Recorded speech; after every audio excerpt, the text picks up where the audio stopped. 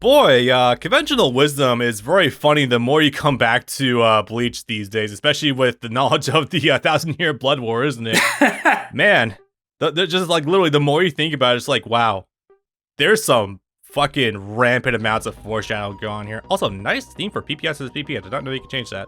I didn't either until recently. Thank you. Yeah. All right. So, boys, what is up? Welcome to a new Let's Play. Another one of the redoings of Bleach we are doing, because there's an amount of old PSP games we have done that we have some intentions of redoing because, well, age and also just better recording technology. So today we are redoing Heat the Soul 6. Only one of my most viewed Let's Plays, so you know that's always fun to come back to. I want to apologize for two things. This, whatever the hell this is happening on the intro, only happens here. I could not figure out how to get rid of it, so that's going to be a problem there. And up front, you are not going to see the best gameplay out of me, and that is because while I did have a little bit of practice, I haven't played this game in 7 years. So no worries about that one. It's not going to be abysmal, but it's not going to be promotion worthy. Yeah, that's honest to God, it's understandable for just like the amount of like anime games you have to dig through sometimes. Like honestly, I usually only give myself like maybe a handful of weeks of practice going into something if I'm brand new into it. So no, I'm going to hope you bastards in the comments better be a little bit lenient with this, because damn, like yeah, let me just consult the Heat the Soul experts on this, as in all two of them in the world. Yeah, both of us. Okay. Yeah, both of us. Nah, okay. But no, also, I will definitely say to you guys up front, so while we are recording this post-commentary, I will be making a promise in order to make up for the gameplay here. Again, I'm not saying anything bad, don't worry. Right. I will be helming up Heat the Soul 7, and I will find as much as I can. Also, I think this is weird, like, Tag Force 5 is kind of giving me the same thing sometimes with playing MP4s, it's really weird. Yes, this only happens for the opening here. It never happens anywhere else. Also, this song... By the way, isn't this intro like original animation for the game? This is completely original. You will not get copyrighted. I need to look up the name of the song, because it's actually the song that they use for the ending of Fade to Black. God, this is a nice intro screen. I don't think I ever mentioned this, but this is just nice to look at. Holy fuck. Koyoi Tsukika Miyatsutomo. Oh, you're talking about the song name? Yeah, the name of the song by the band Porno Graffiti. So just to give... Did I hear that right? Yes. No, they're a very famous band for doing anime songs. You know their work. They did the first opening to My Hero Academia, and the first opening to the original Full Metal Alchemist, as well as a ton of others. I just was not expecting to hear the name Porno Graffiti just now. That really threw me off. Yep, they go back to the 90s. Damn. Funky name. Also, damn, 60 frames per second. Holy shit. Like, across the board. This game does not run in 60. That's one of the gold emulator tricks. Oh, right, because I hooked you up with that. Yeah, I actually did pay the guys at PPSSPP like $25 for the gold version, because, like, at this point, they're such a good fucking emulator that I had to shell out money for them, because I'm like, you guys do amazing work. I am going to donate to you. And then hooked Brian up with the download, because I'm nice like that. So, Heat the Soul 6. I'm going to imagine, maybe, there's a chance that some of the audience might not be familiar with this game. It is always a chance, given how the PSP is a bit of a relic these days with newer anime viewers. I get it. I'm going to stop you right there. I'm going to stop you right there and open the vitriol immediately. We can't play these games. They're not in English. I can't play these games. Going for the jugular early. That's the only time. That's the only time I intend to do that, because I want to keep that out of my head. That poor Portuguese man. Anyway, sorry. So, Heat the Soul 6. What exactly are we working here with, my dude? So, Heat the Soul 6, unlike all of the previous games that only cover a certain portion of the series, basically whatever was recent at the time, though, was a recent arc, Heat the Soul 6 actually covers the story from beginning up until the end of Hueco Mundo. So you're getting an abridged overview of the entire series to that point, roughly 220, or no, 210, 210 or 20 episodes of the anime, give or take. And nice. I'm also going to be highlighting the story section because it actually has voiced narration every single time. And if I'm being honest with you, if I didn't do this Let's Play would be a third of its length. Yep. Yeah, exactly. Like, this is why I do like lingering on these cutscenes, because like, even though I can't read this, someone out there might be able to, and hey, there might be weird anomalies in the cutscenes sometimes, so better to show it off than not. I would have just hit circle through them each time, but they are fully voiced. So I think that's worthy of being shown off. God damn, this game is pretty when you upscale it. Jesus, no kidding. Well, I guess to briefly surmise exactly what we're working with here. So, now that we've done literally every Heat the Soul game, we've done Let's Plays of all of them. We are the Bleach guys by now, I would like to believe. We absolutely are. We absolutely are. So Heat the Soul 6, as you were just mentioning, does go from Substitute Soul Reaper all the way up to the end of Hueco Mundo, or at least like around that ballpark. Yes. Not fully to the end. There is a little bit of a gap at the end. You'll see it with the next game. But prior to this, like, every new Heat the Soul game was essentially covering a new section of like every arc that was major at the time. Like, Heat the Soul 3 is like mired deep in the Soul Society arc. Heat the Soul 4 and 5 were focusing more on the Arranca arc and Hueco Mundo, respectively. Yep. This game is like the beginning of actually like abridging like a lot of prior events going forward. And I gotta say, as a Classic Ninja fan, goddamn, I'm jealous. Like, you don't get very good retellings in those games. If you want to call it, I guess you could call it a collection of 1 through 5 with an added content, or a soft reboot or something, because this is also where the gameplay starts to come into its own as well. Having played 5 and 5 especially, but also the earlier games, they are very rough around the edges. 5, you can do some stupid bullshit like being able to hit your enemy while they're downed, which is something you can't do in the games going forward. OTGs are fine. It's like a fairly staple like Capcom thing. I didn't know you can regenerate health doing this. I forgot that. It's a fine thing, but like this is definitely where like things got a lot more refined, definitely. And like it's hard to concretely define what they are, but one thing that does come to mind, Heat the Soul 4, going to Heat the Soul 5, they did ditch the fucking tug-of-war system with the soul pressure. I did not like, that was kind of dumb. That happened in the change from 3 to 4, but yes. Yeah, so this is the point of the series where like I definitely feel like Heat the Soul is starting to become its own. And I don't think I would say that Heat the Soul 6 does have grounds to be like a really good competitive fighter, because obviously there's still jank to be had here. I've seen some of it. Some transformations, oh boy, pretty good stuff. Yes. As true as it ever was, most of Bleach games are still mostly nothing but a novelty. Yes. Now, survive 2 minutes, hot damn. Now, I will say this though. I'm an old man. I've been playing these kinds of games for a while now. One thing I would definitely say that is a game does not have to be balanced in order to be good. Like, it doesn't have to. No. The fact that the newer, okay, I can say this, the newer Tekken games, like the fact that they've become more and more balanced is just a very nice byproduct. Like older Tekken games being unbalanced as shit doesn't change the fact that they're still fun to play sometimes. Like, frankly, I think a good example, and people might shrug at this one, granted, Melee. Yeah. Everyone knows like what the top 7 characters are, being like Fox, Falco, Marth, Captain Falcon, Jigglypuff, Peach, and I think it just said, I don't know if I said Sheik. But just because like you have the meta quote unquote figured out does not mean it's necessarily a bad game. It just means that like even though they're better than the rest, you can still. How? Oh, you're playing as Byakuya. I didn't realize that. Shit. Yeah, so I thought you had to survive that one. On the main story screen, you'll see all the main missions being flowers in blue or yellow, I guess. I think they change color by arc. But if you ever see them in pink, those are optional extra missions. So in this case, you get to play as Byakuya severing Ichigo's soul chain. That would do it. Which, you know, speaking of older games, though, like, it's old as hell, and yet it's... excuse me. It's the fan favorite of the series, is Tekken 3 still. And I'm sure... Oh, yeah, I'm sure there's a million ways to break that game wide open. And yet it's still the most popular game in the entire series. Definitely, yeah.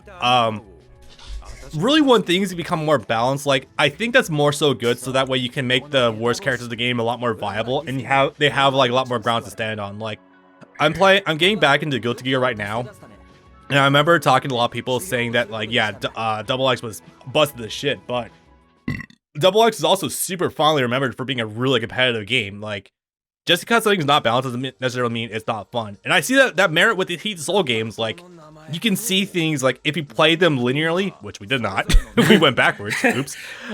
Like, coming up to this game, like, there's so much, like, variety. Like, you can do a lot of good shit with a lot of characters. I do value that in, like, any sort of, like, anime fighter. Like, if you have variety to fuck around with, and you know what the top stuff is, but you can play around it, that honestly is, like, the trademark of, like, a really good fighting game, like, in my book. I want to put a pin in that for a second. If you look at the background, we're in the Bankai training cave. Yeah, we are. Okay, I'm gonna say they probably just did not have... Actually, wait, no. I know we do have the mission where, Ichigo is trying to get a handle on his mask, and I thought we could just use that for the background here, but I guess not. Weird. You'd think so, but no, I guess not. Huh, weird. Anyway, so I guess some brief things about this game I guess we could talk about. If you're familiar with Heat Soul 5, it's still extremely similar to that game. If you're not familiar with the series whatsoever, well, have you played Clash of Ninja / GNT? Congratulations, you probably played this game too. I hate that fucking counter move. Hit me, you bitch. I try to show it off a few times because you're not going to be playing as Sealed or Shikai Ichigo very often, so I do want to show off his moves where available. Also not accurate. He doesn't have just the hilt playable. It's not accurate, guys. Oh yeah, that's another point to probably bring up about now, is that I've recently started an undertaking. That is, I'm doing a full reread of the entire Bleach manga before the Blood War begins in October. And by the way, October is going to be fucking stacked because not only does it have Bleach, it has Gundam the Witch from Mercury. Oh my god. Isn't My Hero coming back in October as well, or is that next year? Yeah, it's October. Oh my god, we're going to be so fucking busy. Jesus. And so, what I've been trying to do is read one arc's worth per week. And thus far, I've completed the Benihime Shield. I've completed the Substitute Soul Reaper arc and the Soul Society. And goddamn, is it a trip and so cool going back to early Bleach. If I'm being absolutely to be completely honest, I think Substitute might actually be one of my favorite arcs in the entire series. Oh yeah, we were having that talk before. Like it's really fucking good for like the amount of mysticism, like it's just shrouded in. It's really cool for like the sense of like unknown, like it just brings with it. It's really cool. There is nothing like it in the rest of the series, and to a degree, I would argue in that entire era of shonen. I think early Naruto does kind of capture the same vibe of like just that feeling of the unknown. You're thrust into this like, I wouldn't call Bleach an alien world because it is essentially just mired in Japan, but like that sense of like foreboding, like it definitely is really well done there. I mean, obviously, Fullbringer comes close for being just super grounded and just like playing with the character interactions more so than like grandiose battles. Definitely they say that one. Fullbringer is my absolute favorite arc in the series, and I know that's a hot take depending on who you talk to. I see less people who would disagree with that. Like, I know that there's obviously like a lot of nostalgic love for the Soul Society arc, and I get it. I do get it, but like, the earlier Bleach does do things that like you don't get with a lot of other shows. Like, absolutely. Well, Soul Society is still great. Don't get me wrong, but looking back at it, it feels a little more standard of its time, and I don't mean that. Yeah. I don't mean that derogatorily at all. It's still great, but I think it's a little more overblown than it deserves to be. Yeah, definitely. I think so. My big issue with the Soul Society is still how much it tries to do too soon. Like, obviously, it just shows us like all the captains and lieutenants up front, and I get it. That's par for the course with the narrative with how it's going, but like it just dropped. It took me like years to remember everyone's names, and I still get some wrong every once in a while. Yeah. Oh, this mission. Yes, Gian here. We beat up the giant that opened the gate for us, and Gian's like, "Get the fuck back outside," and just shoots the giant too. Yep. Also, with this. Also, I love how he has no health bar. What the hell are you trying to do here? I think it's just supposed to be survive a certain amount of time because this isn't a real fight and it's not one that Ichigo's gonna win. Yeah, definitely. How did I just remember this? Another thing that was changed going from Heat Soul 5 to 6 is that it doesn't just give you like 9 fucking spiritual pressure bars anymore. Right. Oh my god, that was ridiculous. Oh yeah, major UI overhaul, and thank fucking Christ for it. Oh yeah. I mean, it's not like seeing big number going up on your energy bar isn't hype as hell sometimes. I will definitely say that. But conversely, it's like, maybe we should make this a little more grounded, possibly. Maybe don't let someone theoretically spam their special 9 times in a row. Yeah, maybe not. Maybe we should wind that back a little bit. Just like make him have, like if they do it and it doesn't work, like make him have to work to get it back. Also, hey, we got a preview of Gin's Shikai. Yep. I hope that doesn't. I wonder what his Bankai could possibly be. I hope he doesn't lie. 5 layers of intrigue later. What the fuck is this? Oh yeah, there's a part where Ichigo says his name to Gin, and Gin just has a certain reaction like, Ichigo. So like, you know immediately that he already knows who he is. Yep. Gin already knows who Ichigo is, which means everything was planned. And Kubo's on that fucking 5 head of foreshadowing. Also, I love this. We're fighting Ikkaku, and he's already shirtless. Like he's already going to be engaging Bankai. I imagine that was just done for like ease of access, so that way player, like if his Bankai is active, they don't have to change costumes or anything. It's just very funny to look at. Yeah, this is his costume 3. Every character gets a costume 1 and an alternate palette. Like half the cast, I think, gets a costume 3 that's just completely different. For a lot of the male characters, like for Ichigo, it'll be in Uryu and Shed, it'll be their school uniform. For all of the captains, they'll be in business suits. For all of the Soul Society women, they're all in Chinese dresses. Yes, the Xiang Sams. On the one hand, probably a little bit weird. But on the other hand, Rangeku's bust in a Chinese dress. I'm not going to say no. So before we go too far away from it, I'm going to also just quickly say this. In retrospect, I think Ichigo versus Ikkaku might be one of my favorite fights in the show. Oh no, it absolutely and mostly is. Mostly on the merit that it feels like, this is going to sound really stupid, maybe, but it just feels like the most samurai battle that we actually have in the show, essentially about feudal era spirit samurai. You know what I mean? Yes, it's absolutely one of those underrated best fights in the show. Yeah, it's just so gritty. Like they're actually utilizing things to like stop blood from flowing. It's like, damn, you just do not get that with like Hawk whatsoever. Also, there's Ehawk. Also, there's things like strategy and tactics and like the distance between attacks. And oh, you don't actually know what my ability does. I'm not going to tell you what it does until after I already cut your face with it. Yeah, there's no like warping. There's no like giant fuck off energy blasts going off. There's no like high speed battles. It's just like 2 dudes with swords going at it and trying to get one up on each other. It's so in depth. I love it. So for some reason, this battle with Renji is happening in the place where the Kenpachi battle happens, even though the battle with Gin happens on the stage that Ichigo is supposed to fight Renji on. Do we not get the Kenpachi fight? The Kenpachi fight happens after Renji. Wait, did it? I thought it happened before. Well, I guess it would make more sense to have this before. Otherwise, you know, hard to top a fucking kaiju battle with Kenpachi. You know, fighting Renji would have meant nothing to Ichigo if he already beat Kenpachi. Yeah, that's just why I was a little bit confused. Like, I was like, wait, I thought that he fought like Renji right before he actually fought Byakuya, or you know, fought quote unquote. Yep. Renji is one of my favorite characters to play as in any game because, excuse me, his range, laterally especially, is fantastic. So he's a great mid-range character, and he can do that shit. Ooh, that was cool. And he can do that shit. Yeah, Renji, it's like, so, I'm not trying to describe something sounding stupid. So Ichigo and Renji do essentially play as like either the Ryu and Ken / Goku and Vegeta of the game, because like where Ichigo does hit a little bit harder with his Shikai up front, Renji's got some really good stuff with his Shikai where he can actually play range, and it's like it's kind of honest footsies. It's really cool. Like, his forward circle is just like launching Zabimaru forward. And it's like, oh wow, this actually has like some cool properties about it. You can actually kind of play neutral with it. You can play neutral in this game. It's cool. Yeah,